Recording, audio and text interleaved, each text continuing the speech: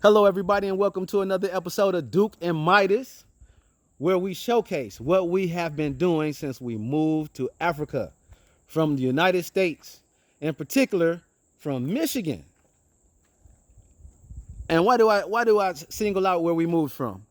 Because right now is mid-January, and I'm sure it is cold in Michigan. So for all my folks back home, I want to say enjoy the snow.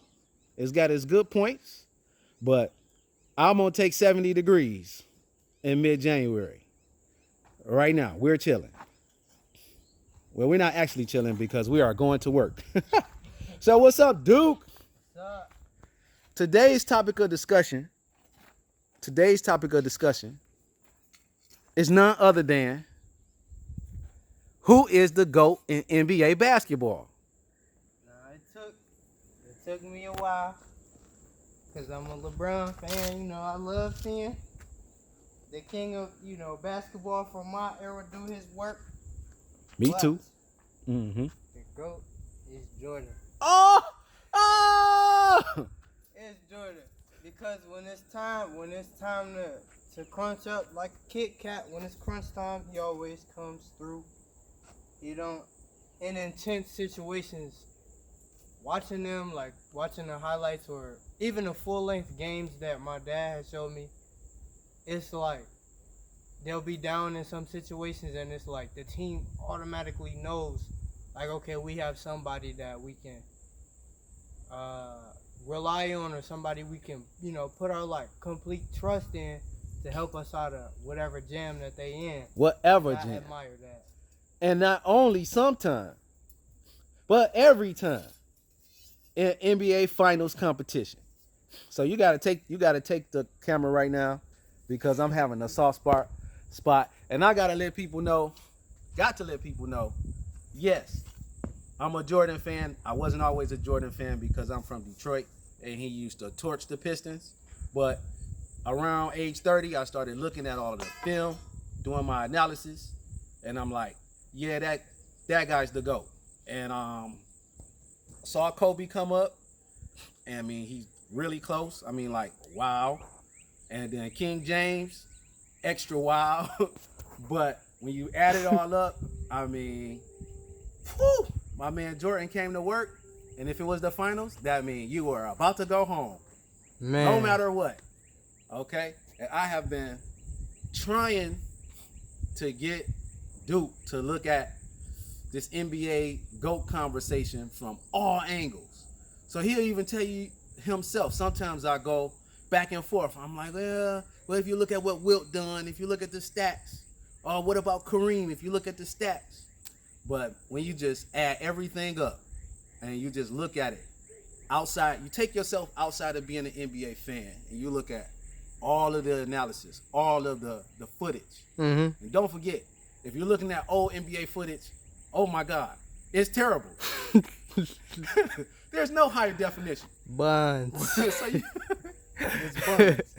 So you got to take all of that into consideration. And I mean, I just personally came up with MJ is the GOAT. And so the younger cats, whether you way younger than me or just a little bit, they always like to say, yeah, but. And so I share my analysis and my way of thinking with Duke because for the last 8 years, he's been like, yeah, but. And then somebody put that mixtape out there with Jordan, and now he like, maybe Dad has a point here. Cause like in LeBron, when people make mixtapes and highlights, of course they're gonna get their best stuff, but then it's more than just how they do a certain play in certain positions. It's like how often they always come through, and it's like, yeah, they do this flashy stuff in games, but what's the score at the end of it?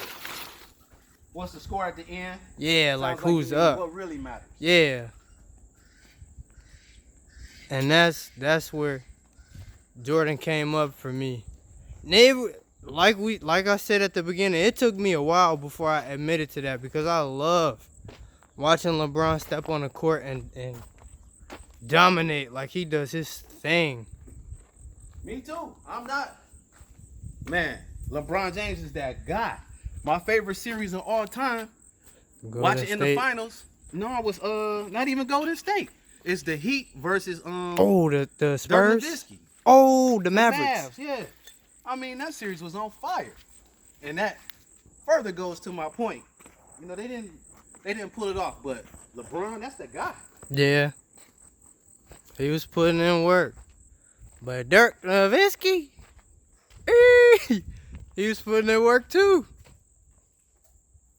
But Now, I know yeah. some of y'all might be saying, what that got to do with moving to Africa? And I'm going to tell you, it has a lot to do with moving to Africa. It's the fact that I can take my evening in mid-January and talk about basketball with my son while building my house. Man, I could tell him we couldn't do that before. not at all. Definitely couldn't do that. He would come home smooth, zombified. Like, yeah, we can have basketball conversations some other day. Yep, I talk to him about 5 minutes and be like, I'm going to lay down. All right, why am I doing all the work? Hand me the camera and you take the stuff and put it over there. Wasn't even gonna say nothing. He like, I'll just keep letting dad work.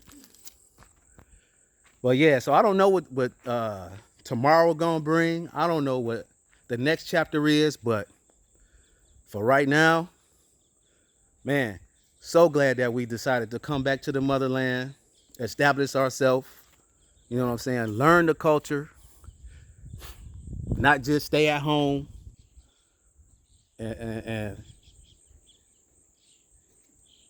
hear about what's going on outside. No, we outside.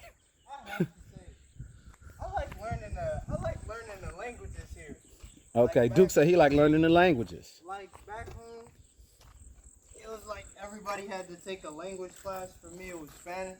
Mm-hmm. Like I remember some words, but I never really liked learning Spanish. That's not me saying anything bad about Spanish at all. I was saying it. I never really took a liking to it. Like I never really paid attention to it in class. And when we got here, Oh, I know. like, I saw your Spanish grades.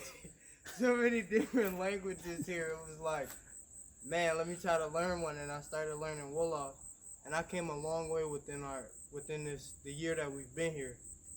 I'm not great at it, but I could definitely hold conversations now, and it's fun learning it. And so I'm gonna take a step into learning Mandinka. It's gonna be a little bit though, but Yeah, they say it's harder to learn than Wolof. yeah.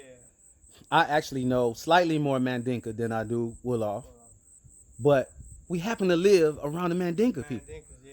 So, you know, I'm glad that they embrace us. Yeah. But yeah, it's time to. I agree. It's time to learn a little bit of their language as well. Yeah. So we're gonna end this video. But before we end the video, I want you to tell the people one more time, who is the GOAT of the NBA? Michael Jordan. Definitely MJ.